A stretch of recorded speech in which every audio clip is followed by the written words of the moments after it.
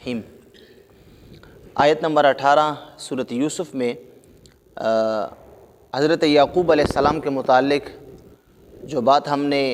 اللہ کا فرمان پڑھا تھا کہ حضرت یعقوب علیہ السلام نے اپنے بیٹوں کو کہا کہ بل سولت لکم انفسکم امرا، کہ حقیقت میں ایسا نہیں ہے جس طرح تم کہہ رہے ہو کہ تمہارے بھائی یوسف کو بھیڑیے نے کھا لیا ہے، بلکہ حقیقت یہ ہے کہ بل سولت لکم انفسکم امرا، تمہارے دل نے ایک بات گھڑ لی ہے اور تم نے وہ بات لا کے مجھے بتا دی ہے کہ اسے بھیڑیا کھا گیا ہے، حالانکہ حقیقت ایسی نہیں ہے۔ تو یعقوب علیہ السلام نے جواب دیا فصبر جمیل، میرے لیے اب صبر جمیل ہی بہتر ہے، یعنی مجھے صبر جمیل ہی کرنا چاہیے اور میرے لائق بھی ہے کہ میں صبر جمیل کروں۔ تو صبر جمیل کے متعلق میں نے آپ کو کہا تھا کہ چند باتیں انشاءاللہ کریں گے۔ یاد رکھیے، انسان پہ جب بھی کوئی مشکل آتی ہے، انسان پہ جب بھی کوئی تکلیف، کوئی درد، بیماری آتی ہے، تو انسان بعض اوقات جو ہے وہ اس پہ جو ہے وہ اس کے لیے مداوع کرتا ہے، اور بعض اوقات انسان جو ہے وہ صبر کرتا ہے۔ اب صبر جو ہے وہ دو وجہوں سے کیا جاتا ہے، یاد رکھیے۔ انسان پہ کوئی درد، تکلیف، مشکل آئی، بعض اوقات انسان ہے وہ اس درد، تکلیف اور مصیبت کا واویلا شروع کر دیتا ہے، گلے شکوے شروع کر دیتا ہے، اللہ تعالیٰ سے گلے شکوے شروع کر دیتا ہے، اس کے لیے انسانوں کے ساتھ لڑتا جھگڑتا ہے اپنے اس کام کے لیے، تو یہ صبر نہیں ہے۔ اس نے صبر کا دامن ہاتھ سے چھوڑ دیا، صبر کا جو اجر و ثواب ہے، جو صبر کا نتیجہ تھا، وہ اس کے ہاتھ سے بالکل نکل گیا۔ اور ایک وہ شخص ہے جس پہ کوئی بیماری، درد، تکلیف آتی ہے اور وہ اس پہ صبر کرتا ہے، کسی سے شکوہ شکایت نہیں کرتا، اور اللہ تعالیٰ کے ساتھ اس کا جو ہے وہ معاملہ بالکل درست ہوتا ہے، اللہ تعالیٰ سے شکوہ شکایت وغیرہ نہیں کرتا۔ اب یہ شخص جو صبر کر رہا ہے، اب یہ صبر دو قسموں پر ہے۔ بعض اوقات ایک انسان صبر اس لیے کرتا ہے کہ اسے پتہ ہے کہ اگر میں صبر نہیں کروں گا تو مجھے اور کوئی تکلیف ملے گی، کوئی اور نقصان مجھے ملے گا۔ جس طرح کہ مثال کے طور پر ایک شخص ہے، اسے کسی کی طرف سے کوئی شکایت ہے، کوئی شخص کو ستا رہا ہے، یا کسی کی طرف سے اسے کوئی نقصان ملا ہے، اور یہ شخص جو ہے وہ اس کا بدلہ اس سے لینے پہ بھی قادر ہے، اس کو پکڑنے پہ بھی قادر ہے، لیکن یہ شخص صبر کرتا ہے، اور اس کے صبر کرنے کا مقصد یہ ہے کہ اگر میں صبر نہیں کروں گا تو یہ اور بھی مجھے تکلیف پھر پہنچائے گا، اگر میں اس کے خلاف کوئی کارروائی کروں گا تو یہ اور بھی میری اس تکلیف میں، نقصان میں اور بھی اضافہ کر دے گا۔ تو اب یہ صبر کر رہا ہے، تو دیکھیے یہ صبر جو اس نے کیا اپنے کسی غرض کے لیے کیے کہ اور نقصان مجھے نہ پہنچائے۔ یا بعض اوقات انسان جو ہے وہ صبر اس لیے کرتا ہے کہ یار ٹھیک ہے، اس شخص کی وجہ سے مجھے یہ نقصان ملا ہے، لیکن یہ دوسری طرف سے میرے ساتھ بڑی نیکی بھی کر رہا ہے، اب اگر میں صبر نہیں کروں اور میں اس کے خلاف شکایت کر دوں، یا اس سے جا کے میں بحث مباحثہ کروں، یا اس سے بدلہ لوں، تو جو اس کی طرف سے میرے ساتھ جو نیکی ہو رہی ہے وہ بند ہو جائے گی، وہ ختم ہو جائے گی۔ یعنی یہ اپنی طرف سے میرے ساتھ اچھائی بھی کر رہا ہے، یا اس کی وجہ سے کوئی اچھائی مجھے مل رہی ہے، اگر میں نے اس کے خلاف کوئی اقدام کیا تو وہ اچھائی جو ہے وہ بند ہو جائے گی جو میرے ساتھ اس کی وجہ سے کوئی اور کر رہا ہے۔ اب دیکھیے یہ شخص ہے، اس نے صبر تو کیا ہے لیکن اپنی کسی غرض کے لیے کیا ہے، تو یہ صبر ہے، صبر ہے، اس صبر پہ اجر و ثواب بھی ملے گا، لیکن یہ صبر جمیل نہیں ہے۔ قرآن میں جو اللہ نے فرمایا فصبر جمیل، حضرت یعقوب علیہ السلام نے کہا کہ مجھے صبر جمیل کرنا ہی میرے لیے لائق ہے اور میرے لیے بہتر ہے، تو یہ صبر جمیل نہیں ہے کہ انسان اپنی کسی غرض یا کسی مقصد کے لیے انسان صبر کرے۔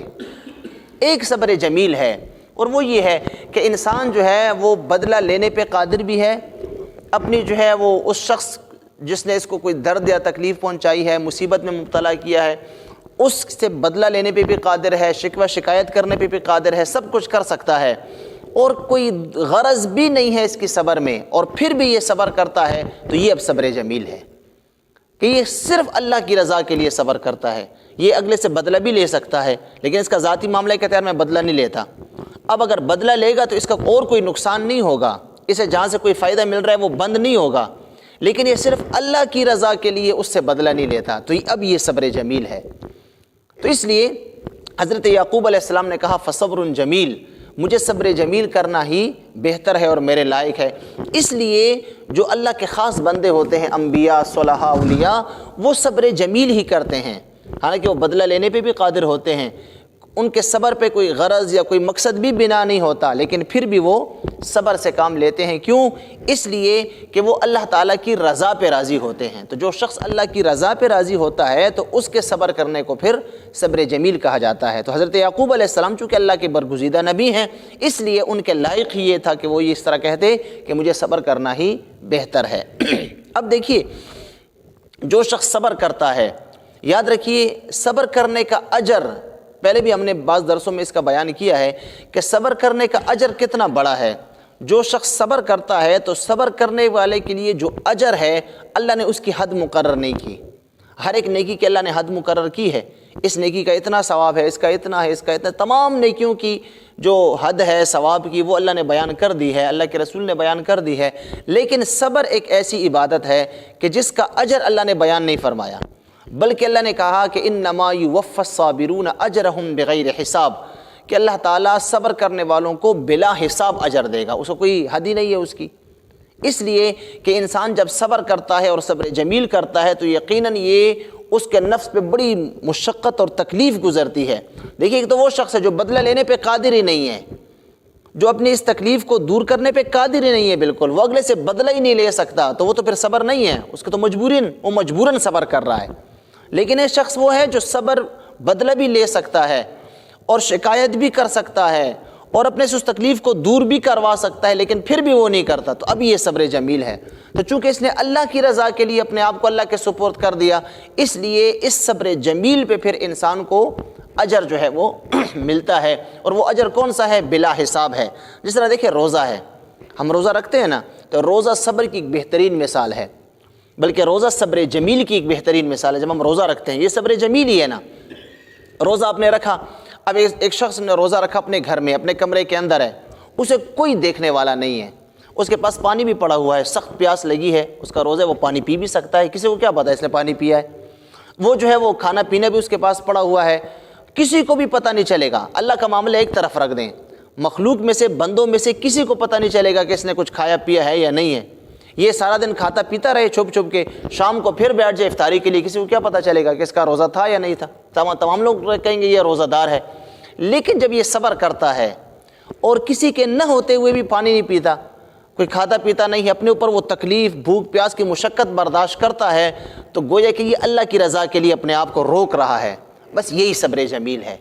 اور اسی صبر جمیل پہ اللہ تعالیٰ انسان کو بلا حساب جو ہے وہ اجر عطا فرماتا ہے۔ اسی لیے ایک جگہ پہ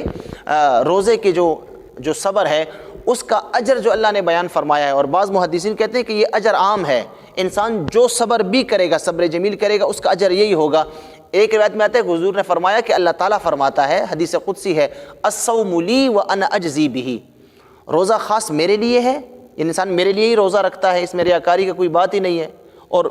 انا اجزی بہ، میں ہی روزے کی جزا دوں گا۔ اس کی ایک قرات، ایک لغت گرامر میں یہ بھی ہے کہ انا اجزا بہ، کہ روزہ میرے لیے ہے اور روزے کی جزا میں ہی ہوں، یعنی میں اپنا آپ عطا کرتا ہوں اس شخص کو جو روزہ رکھتا ہے۔ اس لیے محدثین فرماتے ہیں کہ یہاں پہ مقصد روزہ نہیں ہے، بلکہ مقصد روزے کا جو نتیجہ ہے، اور روزے کا نتیجہ وہ صبر ہے۔ اس لیے گویا کہ اللہ یہ فرما رہا ہے حدیث قدسی میں کہ جو شخص صبر جمیل کرتا ہے، اور میری رضا کے لیے چونکہ صبر جمیل کر رہا ہے، کیونکہ اگر رضا نہیں ہوگی تو پھر تو صبر جمیل ہی نہیں ہوگا، تو جو شخص صبر جمیل کر رہا ہے اس کے عوض میں اور اس کے اجر میں اپنا آپ اس کو دیتا ہوں۔ مطلب یہ کہ صبر کی جزا وہ صرف اور صرف اللہ کی ذات ہے، تو پھر اللہ جس کا ہو جاتا ہے، جس طرح کی ایک روایت میں آتا ہے من کان للہ کان اللہ لہ، جو اللہ کا ہو جاتا ہے پھر اللہ تعالیٰ اس کا ہو جاتا ہے۔ اب اللہ کے ہونے کا مقصد کیا ہے؟ اللہ کے ہونے کا مقصد یہ ہے کہ پھر یہ بندہ، اس کے دل میں جو خیال گزرتا ہے کسی چیز کے حاصل کرنے کا، کسی کام کے کرنے کا، اللہ اس کے لیے آسانیاں پیدا کر دیتا ہے، پھر اس کے وہم میں گمان میں بھی نہیں ہوتا، اللہ تعالیٰ غیب سے اس کی مشکلات آسان کرتا رہتا ہے، غیب سے اس کی امداد فرماتا رہتا ہے۔ تو اس لیے صبر جمیل یہ ایک کامل مومن کے شایع نشان ہے کہ وہ اپنے ہر معاملے میں صبر جمیل کرے گا۔ حالانکہ یہاں پہ دیکھیں حضرت یعقوب علیہ السلام کے متعلق یہی جو آپ نے صبر جمیل ارشاد فرمایا، اس میں دیکھیں دو باتیں ہیں۔ امام فخر الدین رازی رحمۃ اللہ علیہ، بہت بڑے مفسر گزرے امام رازی جن کو بولتے ہیں، انہوں نے حضرت یعقوب علیہ السلام کے اس فعل پہ، صبر جمیل پہ انہوں نے ایک اعتراض کیا ہے اور پھر خود اس کا جواب بھی دیا ہے۔ وہ اعتراض اس طرح کہ ہر انسان کے ذہن میں وہ آ سکتا ہے، جس طرح کہ دیکھیں حضرت یعقوب علیہ السلام حضرت یعقوب علیہ السلام کو جب اطلاع ملی، ان کے بیٹوں نے کہا کہ حضرت یوسف کو بھیڑیا کھا گیا ہے،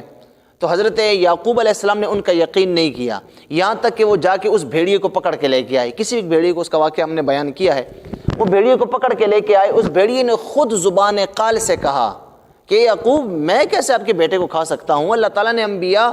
کے جسموں کو ہم پہ حرام کر دیا ہے، کوئی درندہ، کوئی جو ہے وہ حیوان انبیاء کے جسموں کو نہیں کھا سکتا، انبیاء کی اولاد کو نقصان پہنچا نہیں سکتا، اس لیے میں نے تو کم از کم آپ کے بیٹے کو، یوسف کو نہیں کھایا۔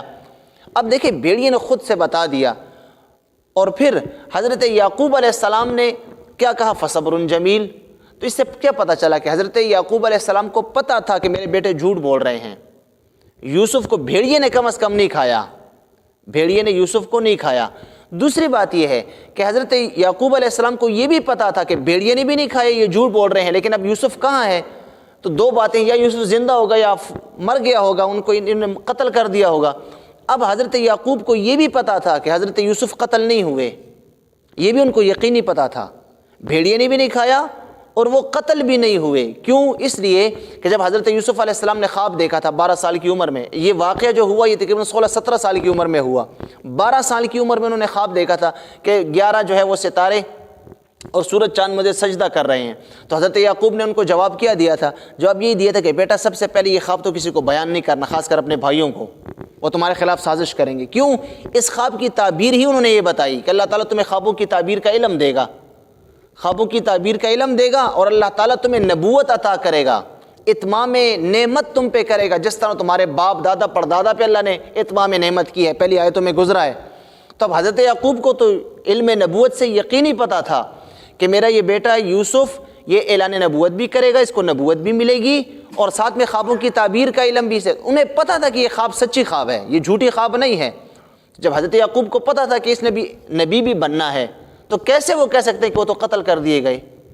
اس لیے مفسرین فرماتے ہیں یعقوب علیہ السلام کو یہ پتا تھا کہ یوسف کم از کم قتل نہیں ہوئے، وہ زندہ ہیں، لیکن حکمت کے تحت اللہ تعالیٰ نے ان سے حضرت یوسف علیہ السلام کو مخفی رکھا کہ وہ کہاں ہیں۔ صرف یعقوب علیہ السلام کو اس وقت اس بات کا علم نہیں تھا کہ وہ کہاں ہیں، اور اللہ تعالیٰ کی اس میں حکمتیں تھیں کہ اللہ تعالیٰ نے حضرت یعقوب علیہ السلام کو اس جو ہے وہ فعل پہ مخفی رکھا کہ اب دیکھیں امام فخر الدین رازی رحمۃ اللہ علیہ فرماتے ہیں کہ یعقوب علیہ السلام کو پتہ چل گیا کہ میرے ان بیٹوں نے ہی کوئی سازش کی ہے، اگرچہ قتل تو نہیں کیا لیکن میرے ساتھ بھی دھوکہ کیا، مجھے بھی تکلیف پہنچا رہے ہیں، اور اپنے بھائی یوسف کو بھی تکلیف پہنچا رہے ہیں، اس کے ساتھ بھی دھوکہ انہوں نے کیا ہے، تکلیف پہنچا رہے ہیں، تو انہوں نے بدلہ کیوں نہیں لیا؟ ایک سوال یہ ہے۔ چاہیے تو یہ کہ انسان، اب یوسف علیہ السلام کے بارے میں یعقوب علیہ السلام کو پتہ ہے کہ بھائیوں نے اس کے ساتھ ظلم کیا ہے، اور عقلاً اور شرعاً یہ بات لازم ہے کہ انسان جو ہے ہر اس ظالم کا ہاتھ روکے گا جس کے ظلم کی وجہ سے اور لوگ جو ہے وہ جو ہے ان کو تکلیف ملے۔ حضور صلی اللہ علیہ وسلم کے ارشاد بھی یہی ہے، ہماری امام مسلم کی حدیث ہے، حضور فرماتے ہیں انصر الظالم والمظلوم، ایک روایت میں آتا ہے کہ اپنے بھائی کی مدد کرو اگرچہ وہ ظالم ہے یا مظلوم ہے۔ صحابہ نے پوچھا رسول اللہ مظلوم کی مدد تو ہمارے ذہن میں آتی ہے، ظالم کی مدد کیسے کرنی ہے؟ ظالم کی مدد کیسے کریں گے؟ حضور نے فرمایا ظالم کے ہاتھ کو روک لو، یہ ظالم کی مدد ہے، اس کو ظلم نہ کرنے دو۔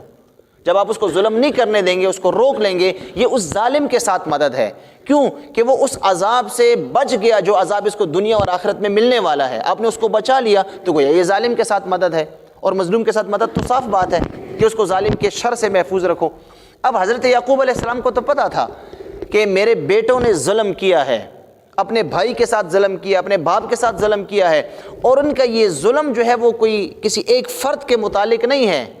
بلکہ انہوں نے اپنے بھائی سے ظلم کیا، کل کے دن اور بھی کوئی ظلم کر سکتے ہیں۔ تو چاہیے تو یہ تھا کہ حضرت یعقوب علیہ السلام اس کو روکتے، ان کو کوئی سزا دلواتے، ان کے خلاف تفتیش کرتے۔ اگر یعقوب علیہ السلام تھوڑی سی بھی تفتیش کرواتے تو یوسف علیہ السلام کا پتہ چل جاتا کہ وہ کہاں پہ ہیں، ان کو نکلوا لیتے، بھائیوں کے ظلم سے، تکلیف سے بچا لیتے۔ اتنی بڑی جو ہے وہ 40 سال پھر حضرت یوسف علیہ السلام سے انہوں نے جدائی برداشت کی، یہ کر سکتے تھے، لیکن امام فخر الدین رازی رحمۃ اللہ علیہ نے فرمایا انہوں نے صبر جمیل کیا۔ وہ اس لیے اس میں چند حکمتیں تھیں، ایک حکمت اس میں یہ تھی، امام فخر الدین رازی فرماتے ہیں آپ نے اس لیے خاموشی اختیار کر لی اور اپنے بیٹوں سے اس لیے بدلہ نہیں لیا، ان کے ہاتھ کو اس لیے نہیں روکا، ان سے بدلہ نہیں لیا کہ ایک بات یہ تھی کہ اگر آپ روک لیتے ان کو اور ان کو قرار واقعی سزا دلواتے اور ان کو جو ہے وہ اس بات پہ ملامت کرتے، ان کو سزا دلواتے، تو تمام معاشرے میں مشہور ہو جاتا کہ انبیاء کی اولاد بھی ایسے کر سکتی ہے۔ تو اپنی عزت کے لیے اور تمام انبیاء کی عزت رکھنے کے لیے آپ نے اپنے بیٹوں سے اس قسم کی تفتیش وغیرہ نہیں کی، ورنہ آپ کرتے تو کر سکتے تھے۔ لیکن ایک بات اس میں یہ تھی کہ آپ نے اپنی عزت اور تمام انبیاء کی عزت کا خیال رکھا کہ یار لوگ پھر کیا کہیں گے، لوگ کہ یار آیا انبیاء کی اولاد بھی اس طرح کرتی ہے؟ جس طرح کہ اس بھیڑیے کے واقعے میں نے آپ کو کہا تھا کہ اس بھیڑیے نے کہا کہ اے یعقوب علیہ السلام، میں تو مصر سے آیا تھا، میں تو یہاں کا ہوں بھی نہیں، میرا تو بھائی جو ہے وہ گم ہوا تھا، میں اس کی تلاش کر رہا تھا، یہاں پہنچا اور آپ کے بیٹوں نے مجھے پکڑ لیا، لیکن اب میں جلد سے جلد یہاں سے نکلوں گا، اس لیے کہ اس زمین پہ میں نہیں رہ سکتا جہاں پہ انبیاء کی اولاد جانوروں پہ جھوٹ بولتی ہے۔ اب جب بھیڑیا ایک جانور اس طرح کہہ رہا ہے تو انسان کے ذہن میں کتنی باتیں آئیں گی کہ اچھا یہ انبیاء کی اولاد ہے، یہ اس طرح جو ہے وہ کر رہے ہیں۔ تو اس میں ایک بڑی حکمت یہ تھی، اس لیے حضرت یعقوب علیہ السلام نے کہا کہ اب دیکھیں وہ بدلہ لے سکتے تھے، تفتیش کر سکتے تھے، لیکن اللہ کی رضا کے لیے۔ اور صبر جمیل میں یہ بات بھی ہے، یاد رکھیے کہ جب انسان صبر کرتا ہے تو یہ گویا کہ وہ یہ کہہ رہا ہوتا ہے زبان حال سے کہ وہ رب جو میرے حال سے خوب واقف ہے، وہ رحمان بھی ہے، رحیم بھی ہے، میرے حال سے خوب واقف ہے، اس رب ہی کی طرف سے مجھ پہ یہ امتحان اور یہ آزمائش آئی ہے تو وہی رب میرے لیے راستہ بھی نکالے گا۔ اس لیے حضرت یعقوب علیہ السلام نے صبر جمیل کا کہا کہ میرے لیے صبر جمیل کرنا ہی بہتر ہے۔ تو ہمارے لیے بھی اس میں یہی درس ہے، یہی سبق ہمارے لیے بھی ہے، درس یہ بھی ہمارے لیے بھی ہے کہ مسلمان پہ جب بھی اس قسم کا کوئی معاملہ آئے تو اس کے لیے صبر جمیل ہی بہتر ہوتا ہے۔ اگر وہ صبر جمیل کرے گا تو اللہ تعالیٰ اس کے لیے جو ہے وہ کشائش بھی کرے گا، اللہ تعالیٰ اس کے لیے جو ہے وہ دروازے بھی فراخی کے کھول دے گا، اور اس صبر پہ اللہ تعالیٰ اس کو بلند مراتب اور درجات بھی عطا فرمائے گا۔ اللہ ہم سب کو بھی عمل کرنے کی توفیق عطا فرمائے۔ اللہم ربنا آتنا فی الدنیا حسنہ وفی الآخرۃ حسنہ وقنا عذاب النار وادخلنا الجنۃ مع الابرار یا عزیز یا غفار یا رب العالمین، انت ولینا فی الدنیا والآخرہ، توفنا مسلمین والحقنا بالصالحین، وصلی اللہ علی النبی الامی۔